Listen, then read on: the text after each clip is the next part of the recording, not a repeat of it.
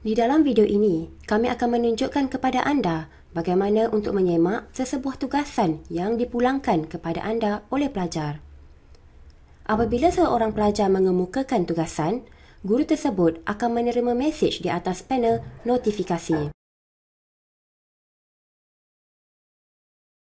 Sekiranya anda klik pada mesej tersebut, tertingkap Assignment Manager akan terpapar. Selain itu, anda juga boleh berbuat demikian dengan menggunakan menu Quick Launch. Sebelum anda boleh menanda tugasan tersebut, anda perlu mencarinya di dalam senarai.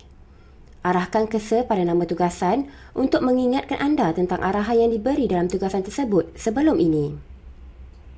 Sekarang, klik pada nama untuk melihat butir lengkap tugasan tersebut. Di sini, senarai nama pelajar yang menerima tugasan akan dipaparkan. Pelajar yang telah berjaya menghantar tugasan akan mempunyai tanda berwarna hijau. Untuk menyemak tugasan, klik pada nama pelajar tersebut.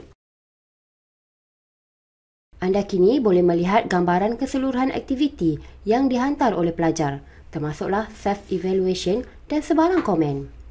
Untuk melihat tugasan yang telah dihantar oleh pelajar, klik pada kotak teks pada bahagian kanan ikon Text Activity. Apabila anda berbuat demikian, satu tertingkap baru yang memaparkan soalan dan jawapan yang telah dikemukakan akan terpapar. Apabila anda telah selesai membacanya, klik OK untuk menutup tertingkap tersebut. Anda kini boleh memberi komen dan menyemak tugasan tersebut. Anda perlu scroll ke bawah halaman yang sama dan anda boleh melihat kotak Overall Comments dan Overall Mark. Masukkan komen dan markah di sini. Klik Save untuk menyimpan komen dan markah yang telah diberi. Untuk menanda tugasan pelajar seterusnya, klik pada butang Close Assignment. Anda akan menutup tugasan pelajar yang telah disemak dan bukannya bahagian assignment.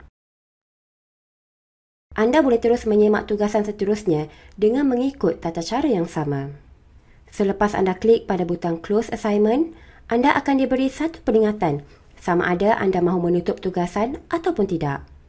Ini kerana sekiranya anda menutup tugasan tersebut, pelajar tidak lagi boleh menghantar tugasan untuk kali kedua.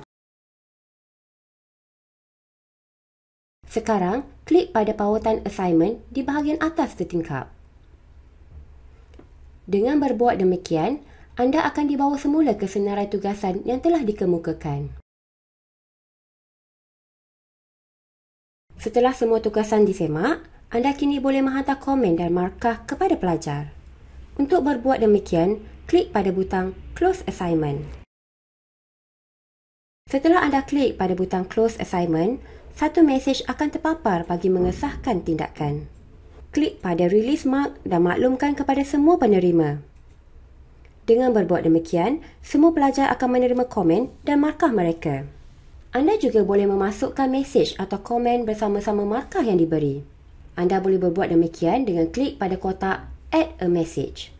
Akhir sekali, klik pada butang Close Assignment untuk menghantar markah dan menutup tugasan. Pelajar kini akan menerima mesej di atas panel notifikasi yang memaklumkan mengenai komen, markah dan status tugasan mereka. Apabila tugasan telah ditutup, ia akan membawa anda ke tertingkap tugasan utama. Anda boleh memaparkannya dengan hanya klik pada Close tab.